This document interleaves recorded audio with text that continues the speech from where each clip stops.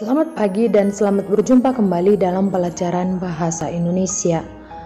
Kali ini kita masih melanjutkan pembelajaran kita minggu lalu, di mana minggu lalu kita sudah belajar tentang mengevaluasi teks negosiasi. Jadi minggu lalu kalian sudah ibu ajari apa itu teks negosiasi.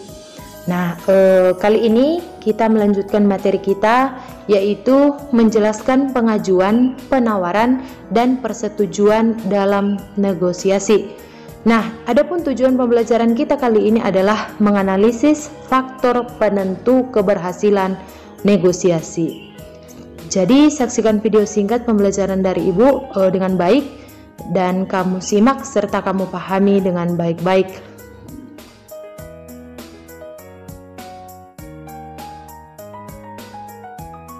Nah, sebelum lebih lanjut kita membahas materi kita kali ini, Ibu pandu kalian untuk membuka buku pelajaran kalian, yaitu kalian membaca teks negosiasi yang ada pada buku kalian yang berjudul tentang HP baru.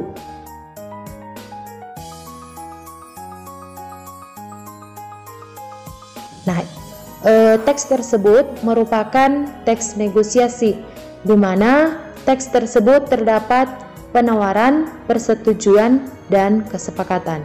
Nah, jadi untuk mencapai suatu ataupun yang dikatakan proses negosiasi, kita terlebih dahulu melakukan penawaran, kemudian adanya persetujuan untuk mencapai kesepakatan. Itu adalah teks negosiasi.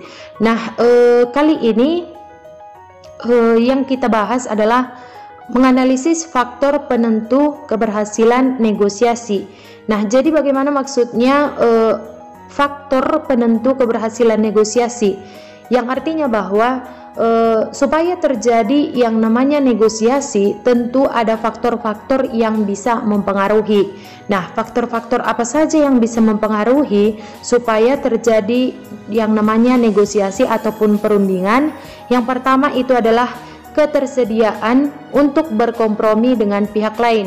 Nah, yang artinya bahwa antara pihak yang satu dengan pihak lain bersedia untuk melakukan kompromi ataupun untuk melakukan kerjasama dengan pihak yang lain. Nah, itu yang pertama.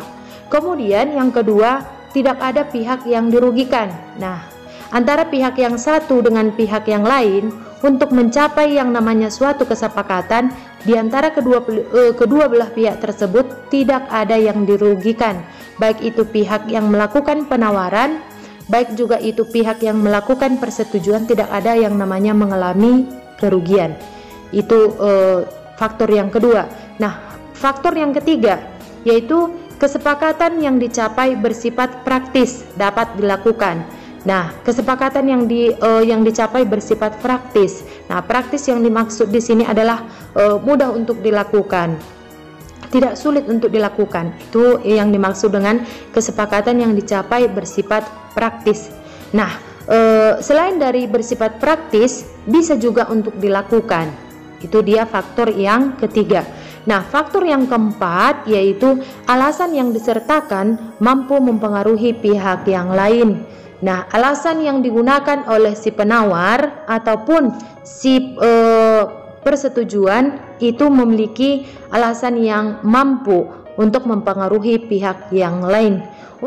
Nah, agar kamu lebih memahami faktor penentu keberhasilan negosiasi dari teks negosiasi yang terdapat dalam video ini, coba dulu kamu jelaskan keempat faktor itu tadi berdasarkan teks negosiasi yang sudah ada dalam video ini.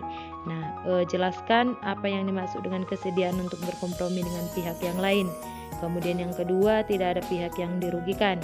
Yang ketiga, kesepakatan yang dicapai bersifat praktis dapat dilakukan. Nah, kemudian yang keempat, alasan yang disertakan mampu mempengaruhi pihak yang lain.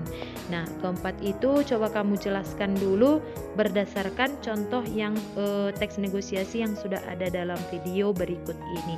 Itulah yang menjadi tugasmu untuk kali ini.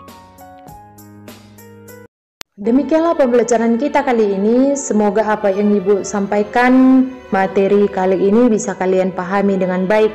Namun jika masih ada pertanyaan bisa langsung kalian tanyakan melalui WA pribadi Ibu. Nah, minggu depan kita masuk ke materi kita yaitu menganalisis teks negosiasi. Sampai jumpa minggu depan, tetap sehat dan selamat pagi. Sekian dan terima kasih.